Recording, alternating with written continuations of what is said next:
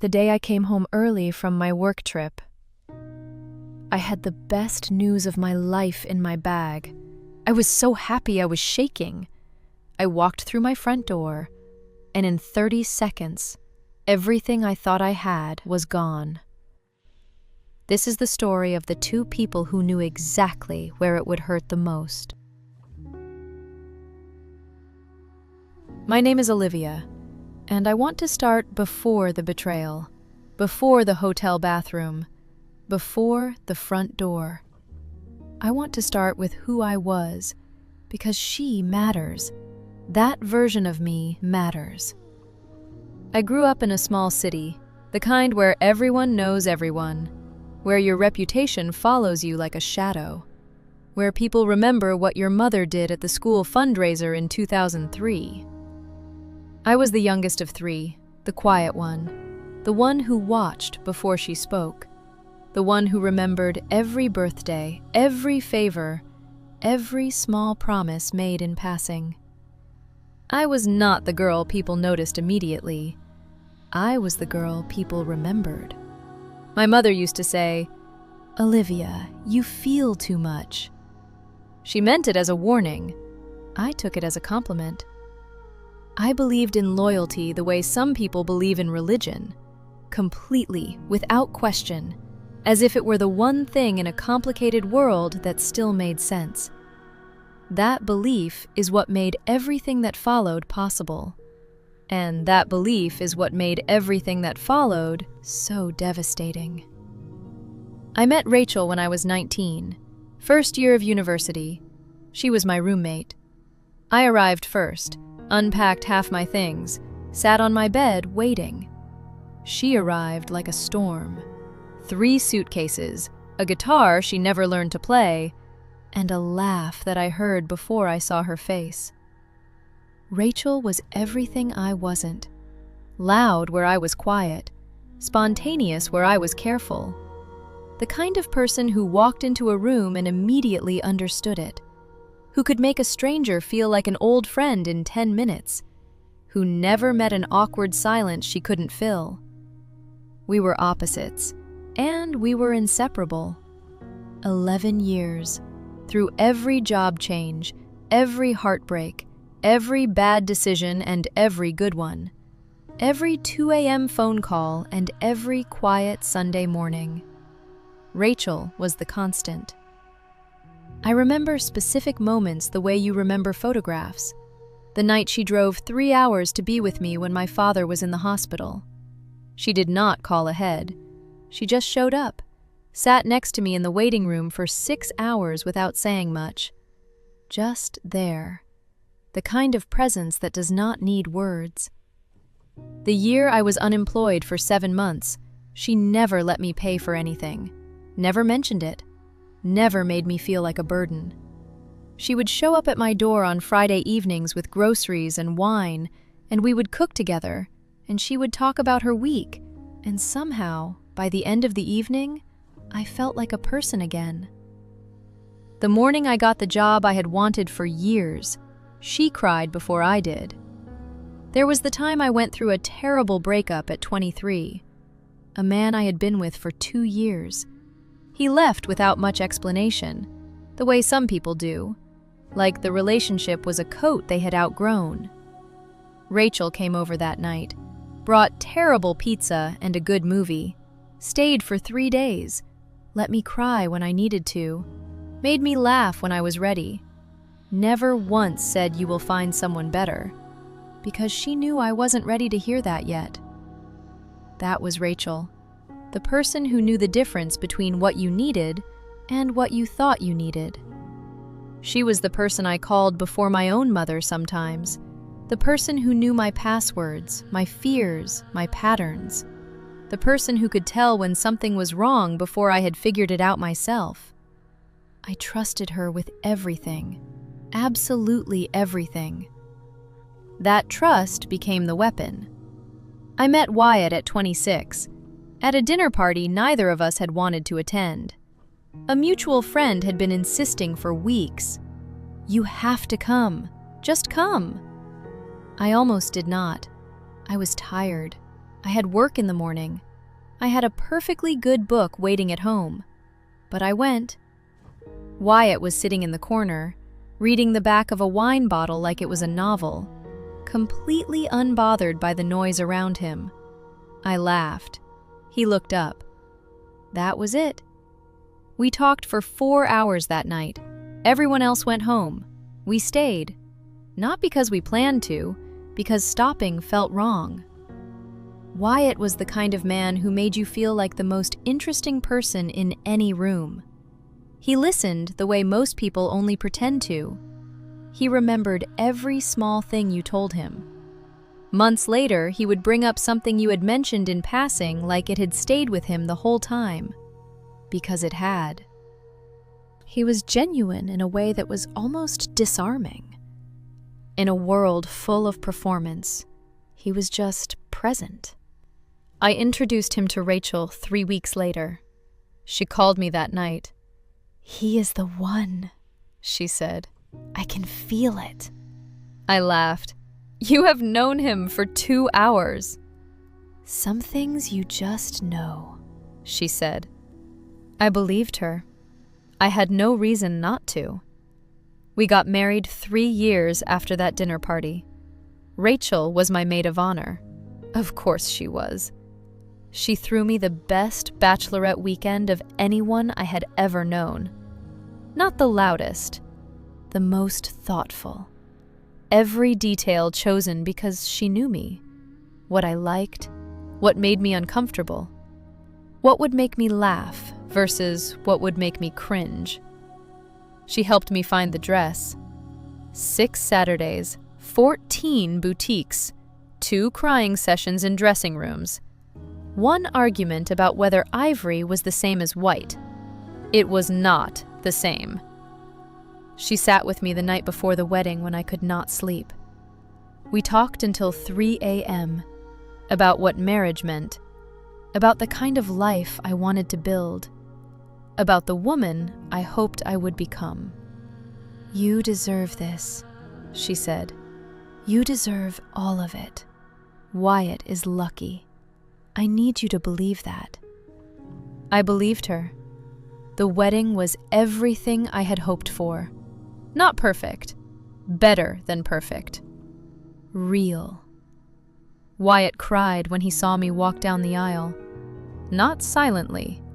The real kind of crying. The kind that makes everyone in the room feel something. I had never loved him more than in that moment. Rachel gave a speech at the reception. She talked about the night I had arrived at university, about the quiet girl sitting on her bed waiting, about how she had known immediately that we would be close. "I just did not know," she said, "that she would become the sister I never had." Everyone cried. I cried. Wyatt reached over and took my hand. He leaned close and whispered, "She loves you. It is obvious." I remember nodding, feeling proud, feeling like the luckiest person in the room. I keep thinking about that speech now, about the word sister, about what it costs to say something like that in front of 200 people and not mean it. Or worse, to have meant it once and then stopped, without telling anyone. The first 2 years of our marriage were the kind people write about.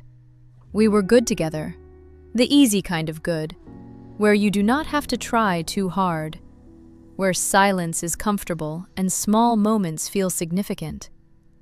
We cooked together on Sunday mornings, traveled when we could, built routines that became rituals, coffee before anything else, walks after dinner, books in bed.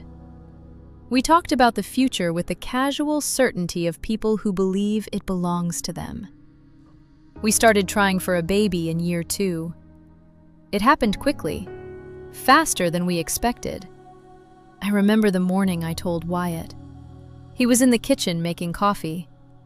I just walked in and held up the test. He put the coffee down, slowly, like he was afraid to spill it. walked over to me, took my face in his hands. We did not say anything for a long moment. We did not need to. The first person I called after Wyatt was Rachel. She screamed. Actual screaming. The kind that made my neighbor knock on the wall. "I am going to be an aunt," she kept saying. "I am going to be the best aunt." She meant it. I believe she meant it. That is the part I still do not know what to do with. I was 11 weeks along when it happened. A Tuesday morning. Ordinary in every way. Until it was not. I knew before the doctor confirmed it. The way you sometimes know things before they are said. Your body understands what your mind is still refusing. Wyatt drove me to the hospital. He held my hand in the car. He said all the right things. He was there, completely there. But grief hits people differently. He did not know how to be inside it with me. He kept trying to move forward, to fix, to find silver linings in the darkest possible moment. "We can try again," he kept saying. "The doctor said this is common. We will get through this." And he was right, about all of it. But I did not need right. I needed someone to sit inside the pain with me, without trying to shorten it, without trying to fast forward through the part that hurt.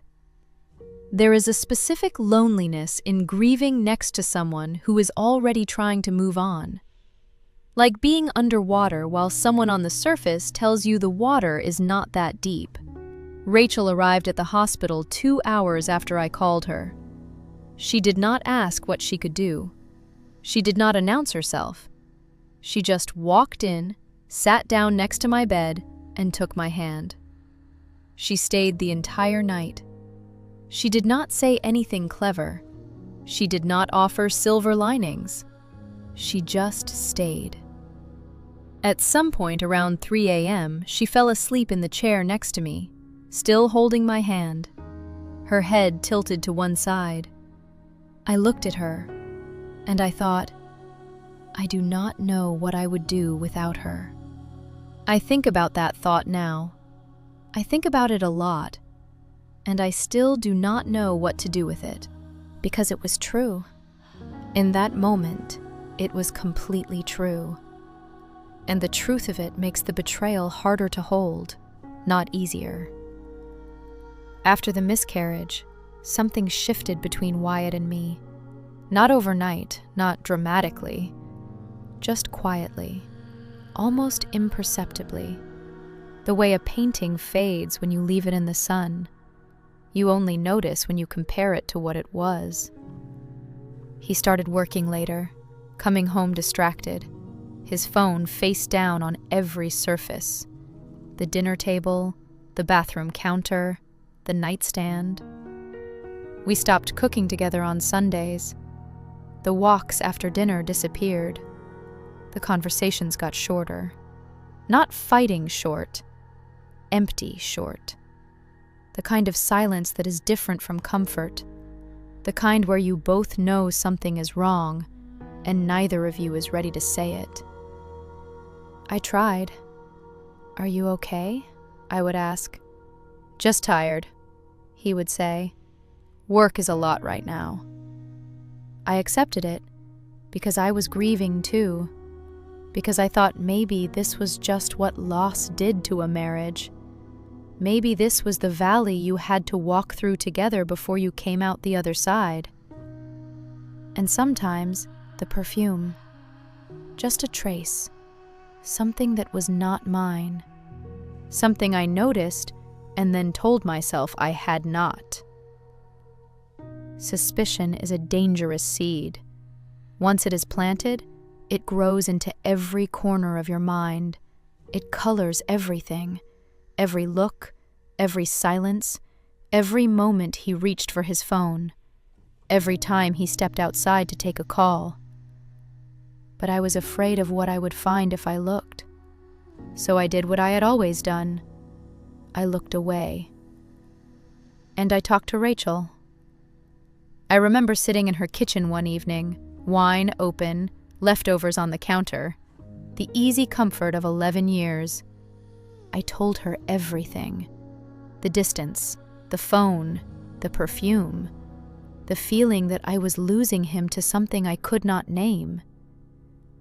Rachel listened the way she always listened, with her full attention, like every word mattered, like there was nowhere else she needed to be. Then she shook her head gently. "You are both still healing," she said. "Grief does this to couples. Give him space. Give yourself space. Do not look for problems that might not be there." I remember feeling relief. At the time, I felt relief, like she had taken something heavy off my chest and put it down for me. I believed her, because when your best friend tells you something with that kind of certainty, you trust her. I understand now why she said what she said. I understand exactly why. 3 months after the miscarriage, I had a work conference. Another city, 2 days. I kissed Wyatt goodbye at the door. He hugged me a second longer than usual. I remember thinking that was a good sign, that maybe things were shifting back. I was wrong. The conference was exhausting in the way all conferences are. Back-to-back sessions, too much coffee, conversations that felt important and were immediately forgettable. That first evening in my hotel room, something felt different. I was tired, but tired in a different way than usual, a heaviness that was not jet lag. Then the nausea. So sudden I had to sit down on the edge of the bed. I opened my calendar, counted back. I pulled on my coat, walked to the pharmacy 2 blocks from the hotel, bought the test, walked back. I took it in the hotel bathroom. 2 lines appeared before I could even put it down. I sat on the edge of the bathtub for a very long time. The rainbow baby, the one I had prayed for every night since losing the first, the one I had stopped letting myself hope for out loud, because hope, when it gets taken away, leaves a specific kind of scar. And here it was, in a hotel bathroom, alone. I cried, the good kind, the kind that comes from somewhere so deep you did not know the feeling was still living there. My first instinct was to call Wyatt, tell him immediately. But I wanted to see his face. I wanted to be in the same room when I told him. I wanted to watch his eyes do that thing they did the first time. The conference sessions finished earlier than expected the next afternoon. I got in my car, the test in my bag. A secret I could barely contain. A joy so big I kept smiling at nothing on the highway. When I pulled into the driveway, the first thing I noticed was Rachel's car. I smiled. Rachel and I had a habit of showing up at each other's houses without warning, sometimes to talk, sometimes to borrow something, sometimes just to be in the same space. I assumed she was there to see Wyatt while I was away, keeping him company. That is how normal it felt. That is how much I trusted her. The front door was locked. Unusual, but not impossible. I went around to the back, let myself in through the kitchen. The house was quiet. Too quiet. And then it was not. I will not describe what I saw. You already know. Some scenes do not need details. Your imagination fills them in easily enough. What I will tell you is this. It was not the sight of Wyatt that broke me. Some part of me had already been preparing for that possibility, building a quiet wall around the part of me that suspected, protecting myself without knowing I was doing it. What broke me was Rachel's face. When she saw me standing there, She did not look shocked. She did not look ashamed. She looked relieved, like someone who had been carrying a secret for a very long time and had finally, at great cost, been allowed to put it down. That look, that specific look, is the thing I still see when I close my eyes. Wyatt started talking immediately, words over words, explanations that were not explanations yet, apologies that were not apologies yet. Rachel said nothing.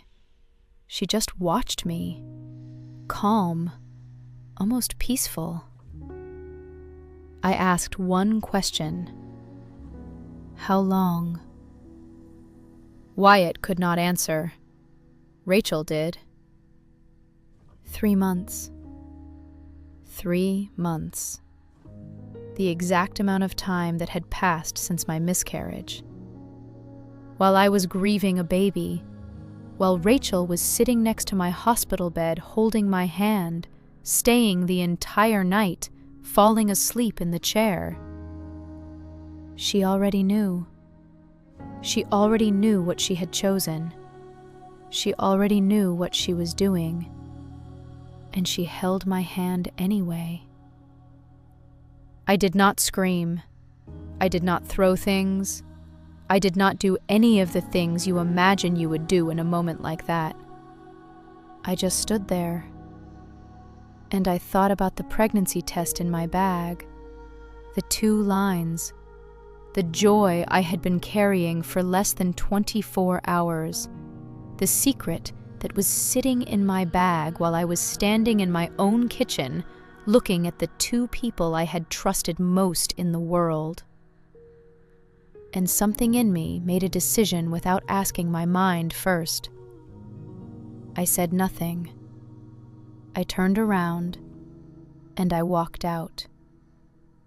I walked out of my house, past the garden I had planted, past the car in the driveway that was not mine, past 11 years of friendship, past the version of my life I thought I was living. And I kept walking. I got in my car. I drove. I do not remember where. I just drove until the streets looked unfamiliar, and then I pulled over and I sat in the parking lot of a grocery store I had never been to, and I held the steering wheel, and I breathed. I did not cry, not yet. I just sat there, with the pregnancy test in my bag, and the quiet certainty that my life had just divided itself into 2 parts, before and after. I had a choice in that parking lot. I could go back. I could confront. I could fight. I could try to save something. Or I could drive away and start building something new, just me and whoever was growing inside me. I put the car in drive. I drove away. Over the following weeks, things came to light. Wyatt had reached out to Rachel after the miscarriage, not knowing how to reach me, not knowing how to sit inside the grief. He had gone to the person he knew I trusted most. And Rachel had been there, warm, attentive, present in all the ways I needed Wyatt to be, giving him what he did not know how to ask me for. That was how it started. I have thought about this a lot, whether I am angry at him for going to her, whether I am angrier at her for being there in that way. The answer is both, and neither, because underneath both of them is just grief. Mine, that I was carrying alone, while the 2 people closest to me were carrying each other. And every time I came to Rachel with my suspicions, every time I sat in her kitchen and told her about the distance and the phone and the perfume, she had looked me in the eye and told me I was imagining things. That grief does this, that I should give him space, I want you to understand what that means. It means that every time I almost trusted myself, every time my instincts were telling me something real, the person I trusted most in the world sat across from me and talked me out of believing them. She did not just betray me once. She betrayed me every single Thursday, every single glass of wine, every single, "You are still healing, give him space." She chose, over and over, to look me in the eye and lie. That is the betrayal that lives the deepest. Not what she did, but what she said while she was doing it. The deliberateness of it, the active choice made repeatedly to protect herself at my expense. I have had to make peace with the fact that some people are capable of that love and loyalty are not the same thing, that someone can know everything about you and still choose themselves. That was Rachel. I filed for divorce 2 weeks later. Wyatt called 14 times the first day. I watched my phone ring, and I did not answer. Rachel did not call, not once, which told me everything I needed to know about how much she understood what she had done. I stayed at a hotel the first 4 nights. Then I called my cousin. She asked no questions, just said, "Come." I stayed with her for 2 weeks. I slept in her guest room. I ate her food. I sat on her couch at night after the kids were in bed, and I tried to make sense of something that did not have sense in it. There are questions you ask yourself in those nights. When did it start exactly?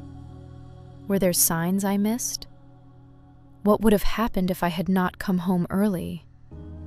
How long would it have gone on? These are questions without answers. And the problem with questions without answers is that your mind keeps asking them anyway.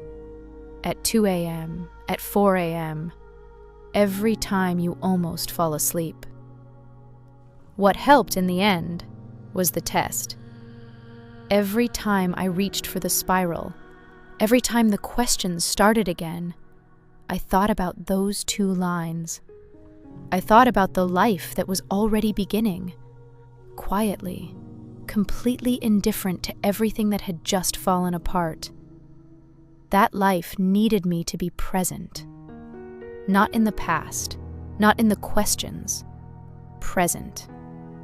So I started practicing that, 1 day at a time, 1 morning at a time, sometimes 1 hour at a time. I never told Wyatt about the baby. Not that day, not that week, not for a long time.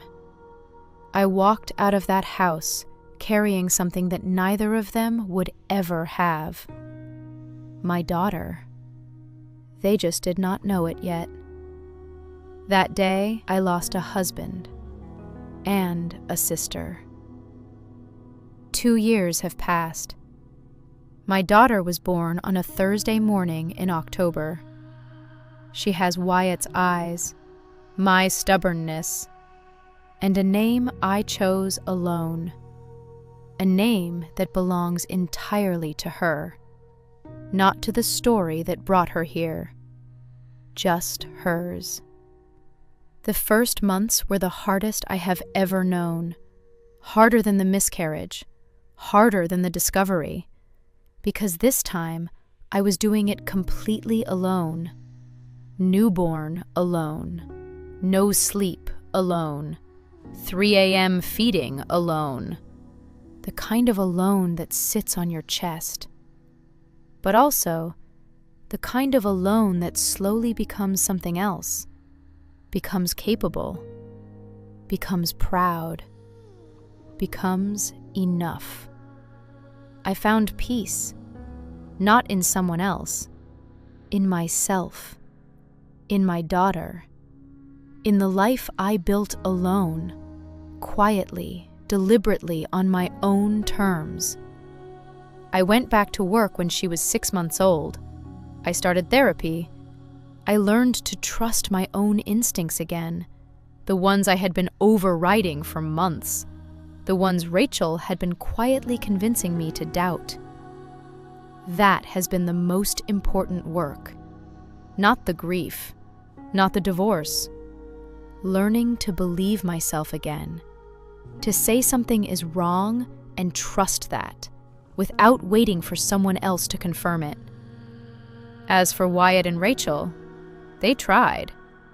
For about 4 months. Wyatt ended it. He never stopped loving me. He told me that himself the day I finally let him meet his daughter. She was 8 months old. He sat across from me at a coffee shop. She was asleep in the carrier on my chest. He looked at her for a long time. Then he looked at me, and he said, "I never stopped. I need you to know that." I do not know why I did what I did. I do not have an answer that makes sense.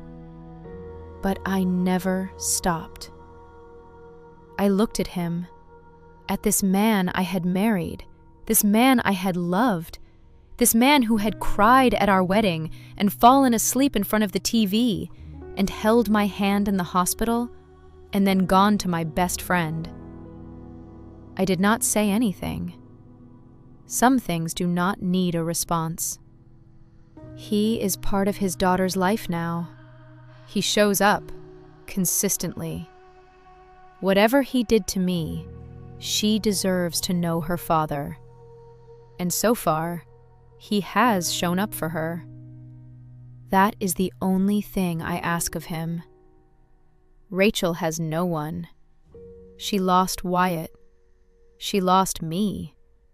She lost the friendship that had been the most constant thing in her life for 11 years. I heard through people we used to know in common, the way information travels in small circles, without anyone intending it. She moved to a new city, started over, which is what you do when you have burned everything down and the ashes are too visible. I do not know what her life looks like now. I do not look. Not out of anger, out of indifference, which, I have learned, is the thing that comes after anger when you have done the work. She reached out once, about 8 months after everything. A long message, pages long, explanations, apologies, a version of events that somehow still centered her own pain. How confused she had been, how it had happened slowly, how she had never wanted to hurt me. I read it once, and I noticed something. In all those pages, in all those words, there was not a single line that asked how I was doing. Not one. Even the apology was about her. I put the phone down, and I did not reply. Some doors do not need to be slammed. They just need to be closed, quietly, for good. People ask me sometimes if I am angry. The honest answer is, not anymore. I was, for a long time, the kind of anger that lives in your chest like a stone. The kind that wakes you up at 3 a.m. and replays conversations you wish you could rewrite. The kind that makes you go over every moment, looking for the signs you missed, looking for the version of yourself that should have known. I spent a long time being angry at that version of myself, the one who trusted, the one who believed, the one who sat in Rachel's kitchen every Thursday and told her everything. Then, one day in therapy, my therapist said something I keep coming back to. She said, "You did not do anything wrong. You trusted someone who had earned your trust. That is not naivety. That is loyalty. The problem was never your trust. The problem was the person you gave it to. I have thought about that a lot. I used to think loyalty was something you earned, something you built over years, something that grew stronger the longer it lasted. I know now that loyalty is a choice made every single day, in the quiet moments, when no one is watching, when it would be so easy to choose differently. Rachel made her choice in those quiet moments. For 3 months, while I was grieving, while I was trusting her, while I was sitting in her kitchen, confiding in her about the very thing she was hiding from me. She chose herself, every single time. And I have had to make peace with the fact that I cannot change that no amount of replaying it will change what she chose. What I can change is what I do next. And what I have chosen to do next is build a life so full and so mine that there is no room in it for the weight of what they did. I was never the problem. I just gave my trust to the wrong people. And my daughter, the one neither of them knew I was carrying when I walked out that door, is the best thing that has ever happened to me. She is proof that sometimes the worst day of your life is also the first day of something better. She is 2 years old now. She has her father's eyes and my stubbornness, and a laugh that fills every room she walks into. She knows nothing about any of this. And one day, when she is old enough, I will tell her. Not everything, but enough. Enough to teach her what loyalty really means. Enough to teach her to trust her instincts. Enough to teach her that the people who love you show it in the quiet moments, when no one is watching. A real friend is someone who is supposed to have your back, even when you are not around. Turns out the only thing Rachel was having was my husband,